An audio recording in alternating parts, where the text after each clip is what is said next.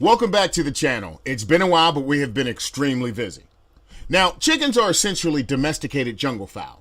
Despite the fact that we have bred many cold weather varieties over the years, they are at heart hunters and foragers of a tropical jungle floor. And as such, vegetation is obviously a large part of a healthy chicken's diet.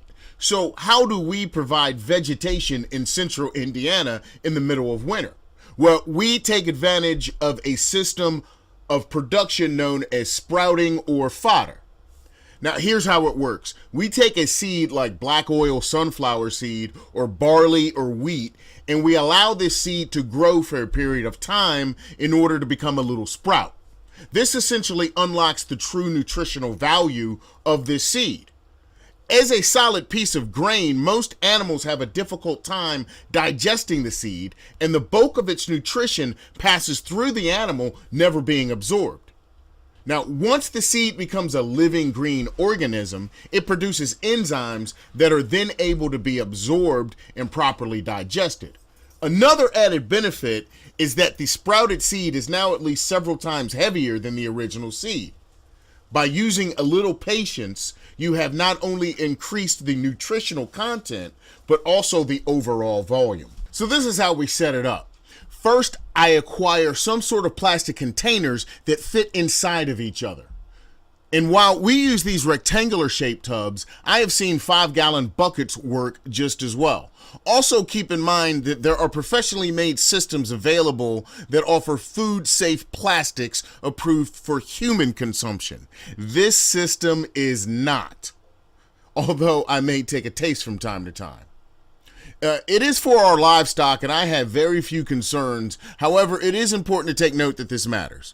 Now, next, I drill some very small holes, almost as if creating a screen into one of the tubs. This is for water to pass through and eventually our roots to pass if need be. Now, be careful about your drill speed or you'll crack the plastic, especially if you buy cheap plastic tubs. Now, this isn't the end of the world, but certainly your goal. Now, once we have the upper tub drilled, it is paired with the non-drilled lower tub, thus completing the fodder system. Then we source our seed. In our case, we use black oil sunflower seed. The chickens seem to love it, and we get plenty of volunteer sunflowers in the yard from the slower starting seed. Now, we measure out enough to cover the bottom of our lower tub and cover with water.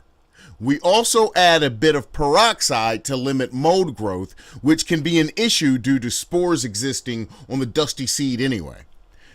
We then let this sit and soak in a dark area for no longer than 24 hours. This is to initiate seed growth and to start sprouting. Once it is soaked, we then drain and transfer the seed into our drilled upper container, making sure to spread evenly before placing the upper container into our empty lower container. We give this a good watering to rinse it and to rinse it a bit and to keep it wet. This lower container will be a water catch which will be emptied after daily watering of your sprouts. Now, we place the containers in an area that get great natural light. Ambient light is all that's required for growth, and I encourage experimentation as it doesn't take much space, and many people do this in apartments. So after a few days, you should begin to see sprouts emerging from the seeds. Again, you must water them as they grow, and you will limit the growth of anything bad by emptying the lower tub and not letting water pool there for too long. This system requires some labor. Black oil sunflower seed normally takes us about 2 weeks to fully sprout out. It's up to you how far you want to grow your own fodder. We sprout things like wheat, but we don't go as long because the chickens don't seem to like it when it's older. The chickens prefer the younger wheat, at least in our experience. We grow sunflower seed longer because we seem to get more bang for our buck. Sprouted sunflower seed is delicious. If you like it as a seed, then you will love it as a sprout. It is tasty enough to tempt even the most die-hard carnivores.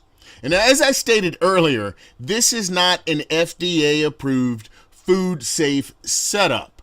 Sprouting for human consumption is also a very popular health food trend, and so there are plenty of food safe systems out there for those with concerns. Now, keep an eye on your germination rates to make sure that you are buying good seed. While 100% is impossible to obtain, you may want to check your process or your source if you aren't getting the majority of your seed to germinate. Now, have fun and don't be afraid of setting up as many tubs as needed to cover your flock size. Spreading things out ensures that more birds get a taste as well. If you like this video, please share this video and subscribe. Thank you.